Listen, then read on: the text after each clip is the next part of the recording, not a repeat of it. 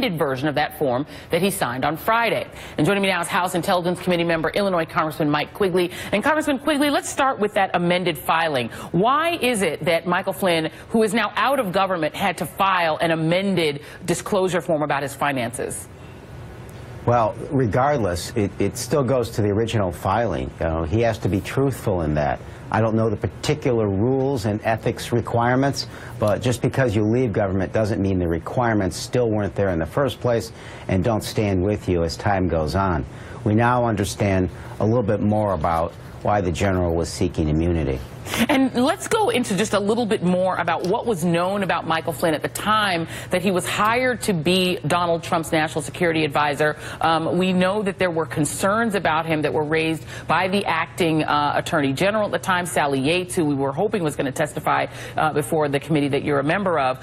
The Guardian is reporting some new information that in addition to the payments he received from RT, payments for speeches in Moscow, doing some work for the government of Turkey, there were also some contact potentially with a person who is affiliated, I guess, with the Russian GRU. One of the concerns involved an encounter with a Russian-British graduate student named Svetlana Lakova, whom Flynn met on a trip to Cambridge in February 2014. He invited her to accompany him on his next official trip to Moscow with help to help with simultaneous translation. And the Guardian is saying that Flynn and Lakova remained in email contact conducted through an unclassified channel.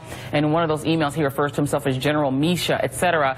Have you heard anything about those potential contacts with somebody? She's a dual Russian national who may also be linked to Russian intelligence. Let me tell you, what I was first concerned about was the fact that General Flynn had been fired by a previous administration for just these kind of problems.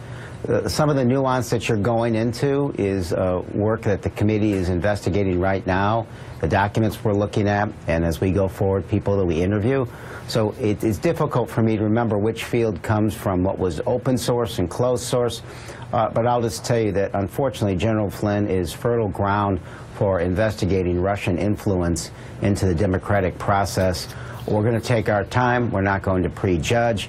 But I assure you, when I was asked, who do you want to testify first, who would help you understand most if they testified fully and completely, and General Flynn was my first guest. And on the question of his testimony, the ranking member of your committee, Congressman Adam Schiff, earlier on CNN expressed skepticism that he would allow Flynn to do so with immunity from the House Intelligence Committee. Let's let you listen to that. The skepticism is, we'll need to consult with the Justice Department. They obviously have a lot of equities here. We don't want to do anything that will interfere in any case that the Justice Department may decide to bring.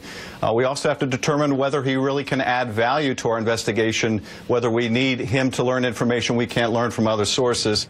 And, sir, the Senate Intelligence Committee has already indicated that they are not open to the idea at this time of giving Michael Flynn immunity to testify. To your knowledge, is the House more open to that idea? Oh, I don't think so. I think Ranking Member Schiff raised an important point there. We would need what we call proffer. What is it exactly he anticipates to testify to? We would have to work with our Senate colleagues. We would have to work with the Justice Department to make sure that we're not stepping on their investigation, because that investigation, again, wouldn't necessarily involve just General Flynn, but everything in this investigation is tied to everything else. It's extraordinarily complicated, intertwined, so there's no rush to do this. I anticipate at some point in time General Flynn will be before us. I think at this time he probably recognizes it makes sense for him to come forward. We'll have to see. And lastly, sir, do you have confidence in the chairman of your committee, Chairman Nunes? I'll say this. Chairman Nunes ran an extraordinarily fair process through the first part of this term. The first 2 years under this chairman, I think he did a great job. It's been difficult, I think, obviously, under this president. I think he has conflicts internally. He can't serve two masters. We have to recognize, though, he's not stepping down. And the only other person that can make him step down is the Speaker of the House. He has said he won't do that. So we have to work together at this point. Chairman Nunes has to realize he can't serve two masters. He has to do this investigation impartially to maintain its credibility. Right. So we have to trust each other. We have to move forward. But we can't have any more midnight excursions. We can't have any more distractions. Yep. We can't cancel any more public hearings on this matter.